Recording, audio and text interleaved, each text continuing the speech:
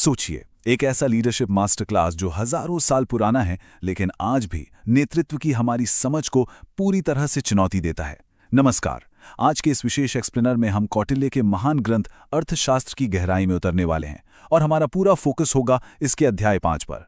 यह अध्याय प्राचीन शासकों के लिए महज एक रूल बुक नहीं था, बल्कि ये नेतृत्व और अत्यधिक कठोर अनुशासन का एक शानदार और सच कहूं तो रोंगटे खड़े कर देने वाला मास्टर क्लास था। तो चलिए देखते हैं कि सदियों पहले एक सफल शासक को आखिर कैसे गढ़ा जाता था। इस पूरे विश्लेषण को हम 4 मुख्य हिस्सों में समझेंगे। पहला, अनुशासन की नींव। दूसरा, राजा का शुरुआती पाठ्यक्रम। तीसरा, उनकी थका देने वाली दैनिक दिनचर्या। और अंत में सफलता का वो अचूक सूत्र जो कौटिल्य ने दिया है। तो चलिए शुरू करते हैं पहले भाग से। 1. अनुशासन की नींव, प्राकृतिक बनाम कृत्रिम। कौटिल्य की सबसे पहली और सबसे अहम शर्त ये थी कि किसी भी शासन की सफलता बिना किसी अपवाद के अनुशासन पर ही टिकी होती है।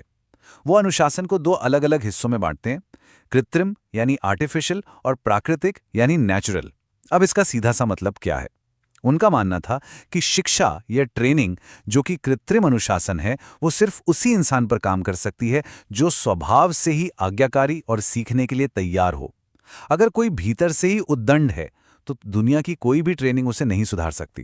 कहने का मतलब है कि सीखने की प्रक्रिया शुरू होने से पहले ही आपके अंदर कुछ बुनियादी बातों का होना जरूरी है, जैसे बात को मानना, ध्यान से सुनना, उसे अच्छे से ग्रहण करना, गजब की याददाश्त और सही गलत की पहचान होना। अगर ये खूबियां हैं, तभी अनुभवी और ज्ञानी आचार्यों की संगति में रहकर इस अनुशासन को गहराई से निखारा जा सकता है। अब आगे बढ़ते हैं दूसरे भाग की ओर। 2. राजा का प्रारंभिक पाठ्यक्रम, प्रशिक्षण का सफर। इसे एक बहुत ही दिलचस्प और प्रैक्टिकल उदाहरण से समझते हैं। एक युवा राजकुमार का जीवन। कौटिल्य ने जीवन के हर चरण का एक बहुत ही सख्त रूटीन तय किया था। बचपन में मुंडन होते ही सीधे वर्णमाला और अंकगणित की पढ़ाई शुरू, फिर यज्ञोपवीत के बाद उन्नत विज्ञानों की ट्रेनिंग, और सबसे बड़ी बात, राजकुमार को 16 साल की उम्र तक पूरी तरह से ब्रह्मचर्य का पालन करना होता था। इसके बाद ही गोदान संस्कार और विवाह की अनुमति मिलती थी। ये कोई आम जीवन नहीं था, ये एक राजा को फौलाद बनाने की प्रक्रिया थी। और हाँ, ये सारी पढ़ाई किसी एक बंद कमरे में या किसी एक ही गुरु से नहीं होती थी। हर विषय के लिए एकदम टॉप के विशेषज्ञ यानी स्पेशलिस्ट तय थे। वेदों का ज्ञान लेना हो या आन्वीक्षिकी यानी दर्शन समझना हो, उनके लिए अलग गुरु। खेती और व्यापार यानी वार्ता सीखनी है तो सीधे सरकारी अध्यक्षों से सीखो, और अगर दंडनीति समझनी है तो उन राजनीतिज्ञों से सीखो जो असल में ग्राउंड पर काम कर रहे हैं। मतलब किताबी ज्ञान नहीं, सीधा प्रैक्टिकल एक्सपोजर। चलिए अब आते हैं तीसरे भाग पर। 3. दैनिक शाही दिनचर्या, राजकुमार का कार्यक्रम। अगर आपको लगता है कि राजकुमारों का जीवन बड़ा आसान होता होगा तो जरा इस रूटीन को सुनिए। दिन के पहले हिस्से में होता था पसीना बहाने वाला कड़ा सैन्य प्रशिक्षण, हाथियां, घोड़े, रथ और हथियारों को चलाने की ट्रेनिंग। और जैसे ही दोपहर होती, फोकस पूरी तरह शिफ्ट। अब बारी थी दिमाग को तेज करने की, यानी इतिहास सुनने की।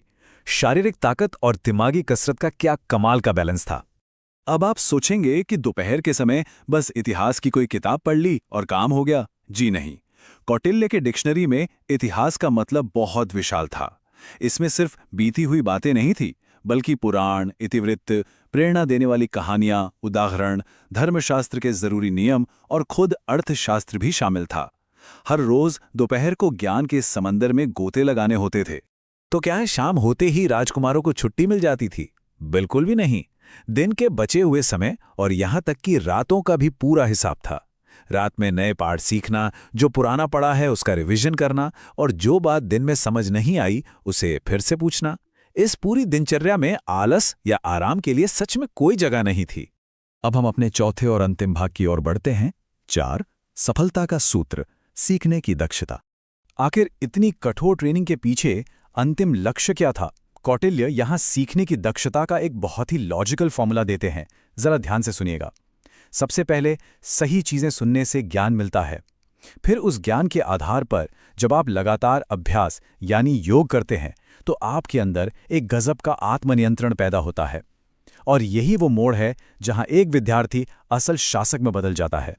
और यहीं पर हम अध्याय 5 के सबसे बड़े और अहम निष्कर्ष पर पहुंचते हैं। कौटिल्य पूरे कॉन्फिडेंस के साथ कहते हैं कि जो राजा इन सभी विज्ञानों में अच्छी तरह शिक्षित है, जिसने अपनी इंद्रियों पर पूरा कंट्रोल कर लिया है, वो बिना किसी शत्रु या विरोध के इस धरती पर शासन करेगा। यानी कड़े अनुशासन का सीधा रिजल्ट है पक्की सफलता।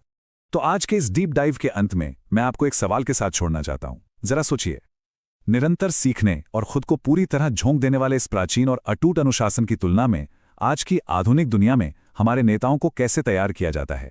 क्या आज भी शिखर पर पहुंचने के लिए उसी स्तर के आत्मनियंत्रण की जरूरत है? इस बारे में जरूर विचार कीजिएगा। इस दिलचस्प विश्लेषण में हमारे साथ जुड़ने के लिए आपका बहुत बहुत धन्यवाद। सीखते रहिए और हमेशा उत्सुक बने रहिए।